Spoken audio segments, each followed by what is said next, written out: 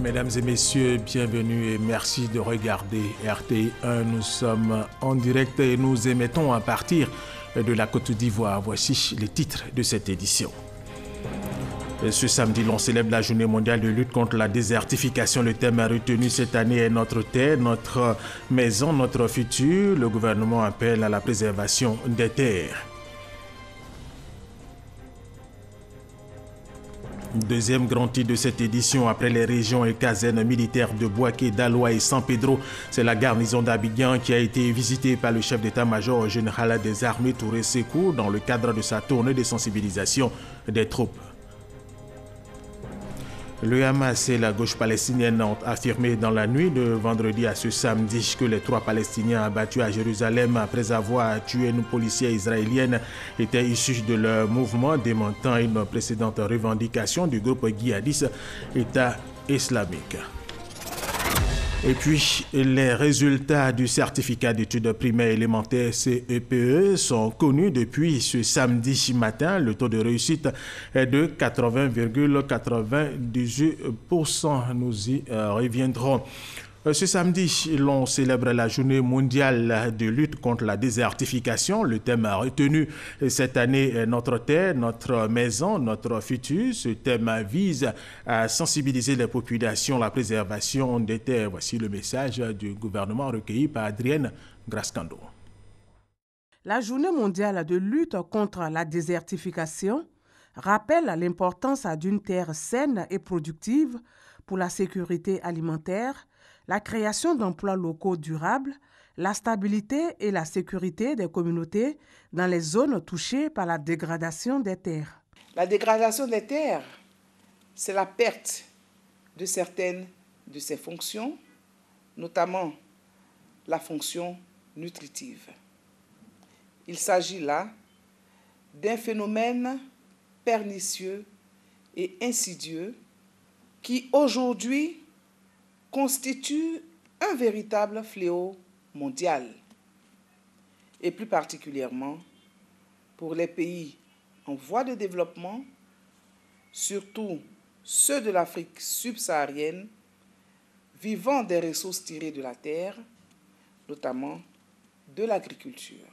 Pour lutter contre la dégradation des sols, plusieurs actions sont initiées dans le cadre du Plan national de développement. Elle vise la restauration des terres dégradées, la prévention de la dégradation des sols, la production de vivriers à contre-saison, la lutte contre les feux de brousse.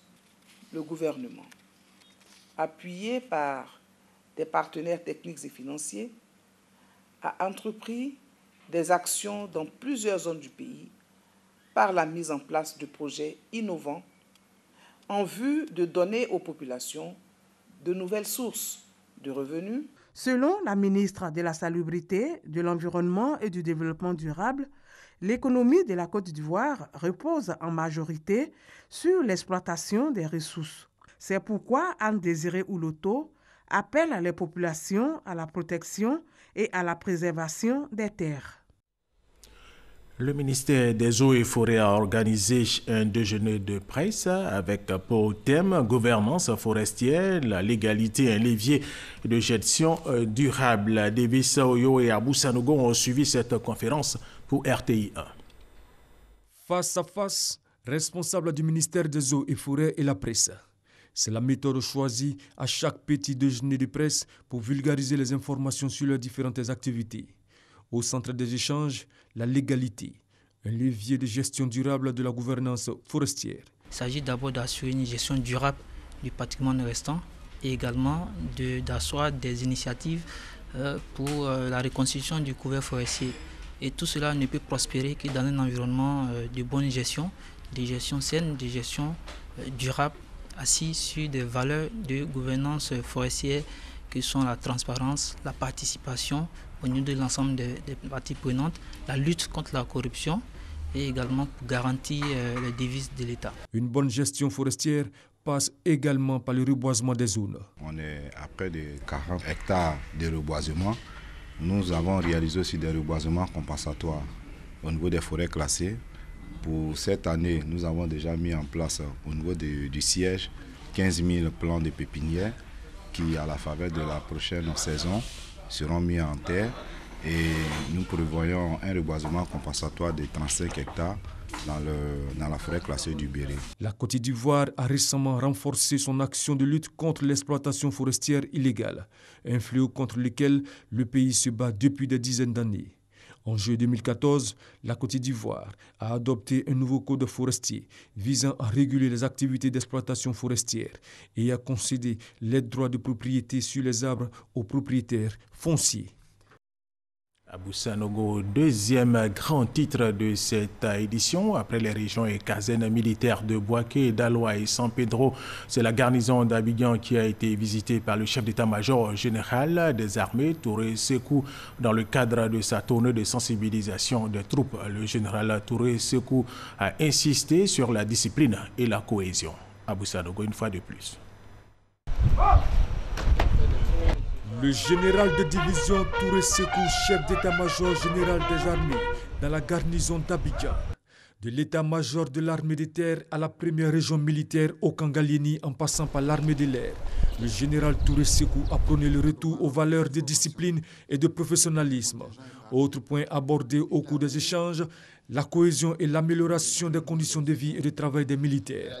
Par ailleurs, le chef d'état-major général des armées a décrié tout comportement négatif dont ont fait preuve certains militaires à l'encontre de la déontologie. Toujours le même langage que nous tenons, un langage de rigueur, de fermeté à nos hommes, pour dire que la récréation est terminée, qu'il fallait que chacun se mette au travail maintenant et que nous n'allons plus tolérer les actes d'indiscipline et donc les inviter à faire preuve de discipline, de cohésion, d'ardeur au travail, d'abnégation et d'esprit de fraternité d'armes. Ce qui sont des éléments de base pour toute armée. Donc il s'agit de revenir à ces fondamentaux-là. En ce qui concerne les conditions de vie et de travail, le général Touré Sekou s'est voulu rassurant en indiquant que tout est en train d'être mis en œuvre pour accompagner les militaires dans l'exercice de leur métier. Partout où il est passé, le chef d'état-major général des armées a exhorté l'ensemble des militaires à redoubler d'efforts dans le sens de la bonne marche de l'armée en mettant un accent particulier sur l'éthique militaire avant d'inviter tout un chacun à mettre un point d'honneur à la discipline qui fait la force principale de toutes les armées du monde. De fortes pluies continuent de s'abattre sur le district d'Abidjan et sur l'ensemble du pays, faisant d'énormes dégâts avec les inondations et éboulements. Face aux dégâts, les populations sont invitées à quitter d'urgence les zones à risque, sans délai aussi à respecter les consignes données par le gouvernement. L'opération Grand Ménage s'étend sur l'ensemble du territoire ivoirien. À Korogo, les populations se mobilisent pour rendre leur cadre de vie propre. Thérèse Tapeyoboué. Dans la cité du Poro, toutes les couches sociales, préfets, agents en assure, population, ont mis la main à la pâte. Elles ont nettoyé les rues, recuré les caniveaux, afin de donner un éclat particulier à leur ville. Se sont joints à l'opération de Grand Ménage le chef de canton de Korogo et les militaires en service dans les différents camps de la ville. À travers ces figures présentes à cette étape, Korogo entend donner le bon exemple, placer la salubrité et la santé des populations au-dessus de toute divergence. Les acteurs en charge de la salubrité de la ville de Korogo ont saisi l'occasion pour sensibiliser les habitants des quartiers sur les dangers de la pollution de l'environnement, sur leur santé. Korogo détient la palme de la ville la plus propre depuis 2015. Pour le préfet de région, l'opération Grand Ménage est donc juste un exercice de plus pour un troisième prix. Il a donc profité de l'occasion pour inviter encore les populations au changement de comportement. Il s'agit de faire prendre conscience à nos parents qu'il faut assainir notre environnement. Ce n'est pas une affaire de mairie seulement. La mairie ne peut pas rentrer dans toutes les maisons.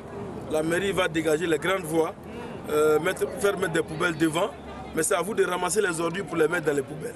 Les femmes se disent prêtes à passer le message partout afin de permettre à Korogo de rééditer l'exploit de la ville la plus propre. Un défi cher au premier magistrat de la cité du Poro, Amadou Gon Coulibaly. Thérèse Tapeyoboué, parlons maintenant de la journée de l'enfant africain. C'était hier et cette journée a été célébrée dans plusieurs localités de la Côte d'Ivoire. Voici les reportages de nos reporters. Les rues du quartier Blocos de Cocody aux allures de fête dans cet après-midi du 16 juin 2017. Une ambiance de fanfare et de marionnettes géantes pour commémorer la journée de l'enfant africain. Cette initiative est de l'association Jeunesse et Arts des rues d'Abidjan. L'objectif est d'amener les enfants à s'intéresser à l'art. Le représentant de la première dame encourage l'initiative. Belle surprise de voir les enfants organisés en joie comme ça. Et vous savez très bien que c'est les journées de l'enfance. Madame Dominique Ouattara est présidente fondatrice de la Fondation Children of Africa. Et dans ce cadre, la Fondation est partenaire de tout ce qui met en joie les enfants. Cet événement marque aussi le début de la 4e édition du Festival des Arts des rues d'Abidjan. Tour de magie, prestation d'artistes pour le plaisir de ces enfants venus nombreux. Une marche dans les rues du village de Lopou, dans le département de Dabou, pour revendiquer plus de droits pour les enfants africains. Une initiative de l'association ivoirienne pour le bien-être familial, AIBF, pour permettre aux enfants de grandir normalement et de faire d'eux des adultes responsables de demain. Une célébration de la journée de l'enfant africain pour dire non au mariage précoce et non également au mariage forcé. Le directeur exécutif de l'AIBF, Dr Richard Allo, a saisi l'occasion pour attirer l'attention des parents sur les dangers liés au mariage de mineurs. Selon lui, les fillettes qui sont forcées à abandonner l'école pour se marier à des adultes courent le danger de mourir en couche parce que leur organisme n'est pas préparé à recevoir et à développer une grossesse. Des services de médecine générale, de gynécologie dont la planification et le dépistage du cancer de col de l'utérus ont été offerts gratuitement en marge de la célébration de la journée de l'enfant africain à Lopou. Une célébration bien appréciée par les parents. Cette journée dédiée à l'enfant africain a commencé par un panel autour du thème « Mariage forcé et précoce ». Quel regard sur ces réalités socio-culturelles et quel impact sur la santé de la fille? Guides religieux, jeunes, femmes et médecins ont tous reconnu qu'il ne faut pas briser l'avenir de l'enfant, de la fille en particulier, avec des pratiques comme le mariage précoce. Les résultats du certificat d'études primaires et élémentaires CEPE sont connus depuis ce samedi matin. Le taux de réussite est de 80,98%. Il y a une baisse par rapport à l'année dernière où le taux était de 83,33%. Sur 473 306 candidats présents, 383 281 sont admis. Les résultats peuvent être consultés dans les différentes écoles. Bientôt les grandes vacances après les examens scolaires dans la région du Tompi. L'on s'emploie à récompenser les meilleurs élèves. La localité de Danané a donné le ton à Boussanogo. Ce sont au total 76 élèves du lycée moderne Mathias Zengbe de Danané qui ont été primés avec plusieurs ouvrages scolaires, dont de Augustin Gbagidi Zinsou, parrain de la cérémonie. Des élèves se sont battus 9 mois entiers et ont pu avoir les meilleures moyennes. Pourquoi ne pas leur apporter un tant soit peu une petite assistante, une petite reconnaissance? Apprenons à apporter un peu de sourire à nos enfants qui donnent le meilleur d'eux-mêmes pour que les années qui suivent, ils soient les meilleurs élèves. Au nom des parents, enseignants et récipiendaires, le proviseur du lycée moderne de Danané, Konaté Zina, a indiqué que le geste du donateur Gbagidi est un accélérateur de performance pour les élèves primés et une source réelle de motivation pour l'ensemble de son établissement. Pour sa part, le préfet du département de Danané, Karim Diarra, représentant la ministre de l'Éducation nationale, de l'enseignement technique et de la formation professionnelle, a rendu hommage à tous les enseignants pour leur sens du devoir. Il a encouragé d'autres établissements du département à emboîter le pas au lycée moderne de Danané. Et restant toujours dans le domaine de l'éducation, l'Association nationale des étudiants en journalisme de Côte d'Ivoire a initié un forum sur le web, une plateforme d'échange entre professionnels des médias, employeurs et étudiants. Francis Boifo. Le journaliste web peut-il écrire comme il veut? Le conférencier demande aux étudiants de faire la différence entre blogueur et journaliste web. Un blogueur, c'est un citoyen qui utilise un blog, un mini-site internet personnel pour diffuser une information. Il a une totale liberté d'expression. Le journaliste, lui, est un professionnel de l'information qui a sa carte de journaliste professionnel et qui utilise le web comme support de diffusion de l'information. Et dans différentes méthodes, le journaliste va aller chercher l'information, la recouper, la vérifier, en mesurer l'opportunité de la diffusion avant de publier, ce que ne ferait pas le blogueur par exemple. Le journaliste, lui, est régi par certaines règles, est soumis au CNP ou à la AK. Le blogueur, lui, échappe un peu à ces différents contrôles-là. Le journaliste à l'ère du numérique. L'Association nationale des étudiants en journalisme est consciente du rôle que joue Internet dans le processus d'information.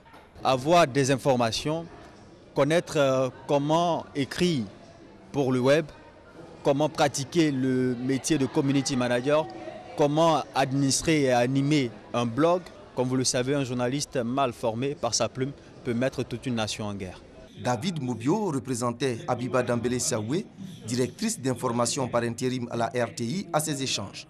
Il a demandé aux étudiants de s'approprier les règles du métier de journaliste pour mieux servir les lecteurs, auditeurs, téléspectateurs et internautes. La mutuelle des institutrices de l'inspection de l'enseignement primaire d'Abangourou a organisé une journée socio-culturelle pour renforcer les liens entre ses membres. On en parle avec Chantal Eouma à Kadan. Tradition pour la mutuelle des institutrices de l'inspection de l'enseignement primaire à Bangourou 1, la MIA 1. Elles ont marqué une pause en cette fin d'année scolaire pour organiser des activités socio-culturelles après plusieurs mois de dur labeur. Cette année, en plus du sport pour se relaxer, après d'intenses activités professionnelles, une conférence sur les cancers du sein et du col de l'utérus a été prononcée à l'endroit de cette mutuelle pour leur permettre d'en savoir davantage sur ces deux maladies qui font beaucoup de ravages dans notre pays. Les membres de la MIA 1 ont rendu visite aux nouvelles accouchées de la maternité du CHR d'Abangourou, les mains chargées de cadeaux. Elles entendent ainsi manifester leur amour et leur solidarité à ces braves mamans. Le premier responsable de l'IEP à Bangourou 1, Adouko Rosaire, a salué ce geste de solidarité des institutrices de sa circonscription. Il les encourage à rester unis au sein de leur organisation commune qui prône la solidarité entre elles et autour d'elles. Ces activités ont également été marquées par un dîner au cours duquel les institutrices admises à faire valoir leur droit à la retraite ont été honorées par leurs cadettes. Et 3 mois après le lancement du système mentorat par le ministère de la Santé et de l'Hygiène publique, les anciennes sages-femmes baptisées mentors étaient dans la région de Languébi-Tiassa, précisément à Beauville, pour renforcer les capacités de leurs cadettes. Objectif, contribuer à la réduction du taux de mortalité mère-enfant en Côte d'Ivoire. Devisoyo, Delphine Oublar. C'est le 10 avril que le gouvernement ivoirien a lancé le système de mentorat des sages-femmes de Côte d'Ivoire. Le système est né d'un constat. Le taux de mortalité du couple mère-enfant est de 614 décès pour 100 000 naissances. C'est un des taux les plus élevés en Afrique. Le gouvernement ivoirien a donc jugé bon de restructurer le système de santé pour sauver le maximum de vies.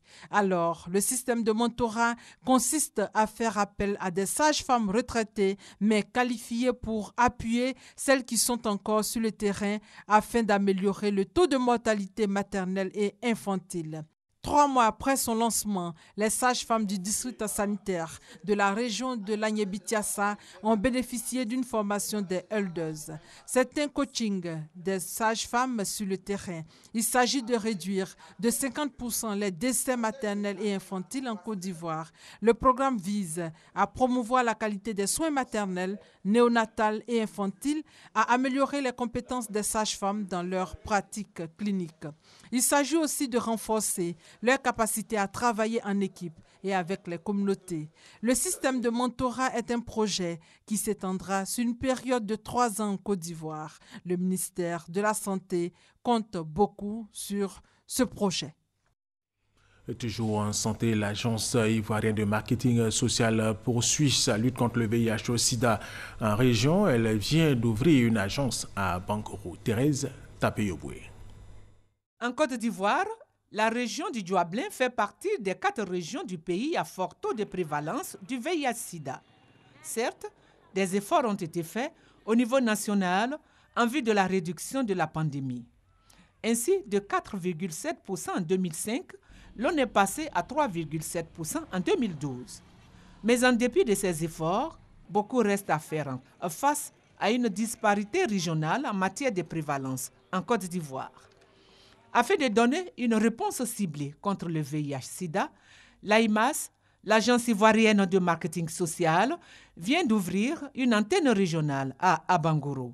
L'objectif, contribuer à la prévention de la maladie et des infections liées en milieu communautaire, mais aussi et surtout à l'endroit des populations vulnérables et à haut risque par la distribution de condoms et des campagnes de sensibilisation de proximité. Ce projet est novateur et vient satisfaire les besoins non couverts d'un segment important de la population. Il va contribuer à la réduction de la transmission de VIH-Sida dans la région du pays, ayant les taux de prévalence les plus élevés au sein des populations vulnérables. L'ouverture d'une antenne de l'AIMAS à Abangourou est saluée par les autorités de la ville. C'est un appui politique à la lutte à l'échelle nationale contre le VIH-Sida. L'AIMAS, dans ses projets, bénéficie du financement de l'USAID, l'Agence américaine pour le développement international. Le peuple Satiklan a initié le premier forum de compétences des ressortissants de Botro. Botro, c'est au centre de la Côte d'Ivoire. Une charte et un annuaire des compétences ont été élaborés pour impliquer toutes les couches sociales pour le développement de Botro.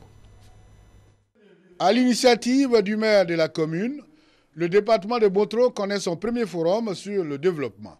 Élus et cadres venus de toute la Côte d'Ivoire ont élaboré un annuaire de compétences et une charte d'éthique. Il faut créer un comité de réflexion qui va nous proposer des projets à réaliser. Et à partir donc des compétences-là, on pourra donc aborder ces projets. Plusieurs responsables de mutuelles de développement du département ont exposé sur le fonctionnement de leur regroupement. Les différents intervenants ont salué cette initiative qui, selon eux, va permettre la mobilisation de tous autour de la réalisation des projets de développement. Kona Hubert, représentant le conseil régional de Gbeke, a engagé les autres départements de la région à suivre l'exemple de Botro. Adhésion totale des cadres. Mes frères, mes soeurs qui ne connaissent pas Botro aujourd'hui sont venus connaître Botro. Je suis heureuse. Si tous les habitants de Botro se connaissent, on peut aller en avant. Pour le développement de Botro. C'est des initiatives qu'on attendait depuis longtemps.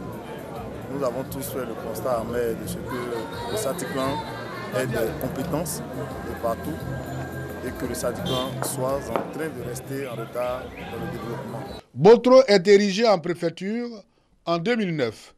Avec ce forum, les ressortissants Satiklan retrouvent leur unité pour relancer le développement de leur région.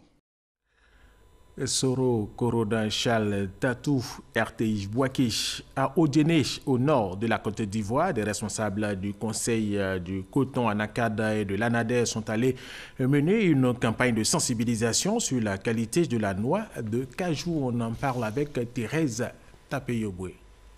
Les régions du Folon et du Kabadougou sont de grandes zones de production de noix de cajou. La production annuelle est estimée à 70 000 tonnes. Mais la qualité du produit est quelquefois décriée par les exportateurs. C'est donc pour encourager les paysans à faire une production de qualité qui détermine un meilleur prix qu'une mission de responsables du coton en Arcade et de l'Anader a échangé avec les producteurs. Au niveau du KO, le Houghton, le rendement en amande de la noix de cajou, nous sommes passés de 46 à 48 livres britanniques par sac de 80 kg. Au niveau du taux d'humidité, nous sommes passés de 9,6 à 8%. Mais ce n'est pas suffisant sur le marché international. Alors pour cela, nous avons essayé d'agir d'une manière différente.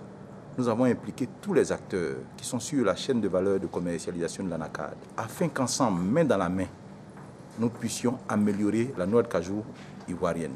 Selon les formateurs, le prix du cajou est en chute à cause de la détérioration de la qualité avec l'avènement de la saison des pluies. L'ANADER, en partenariat avec le Conseil du coton et de l'ANACAD, avait procédé à une formation similaire en début de campagne pour une bonne qualité de la production.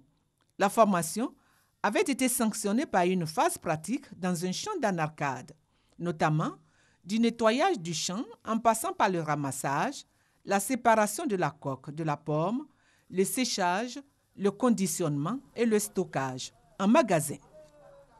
Et les Ivoiriens se donnent rendez-vous autour de la gastronomie pour promouvoir le vivre ensemble. Un rendez-vous baptisé Barbecue 2017. Isayeo Chono.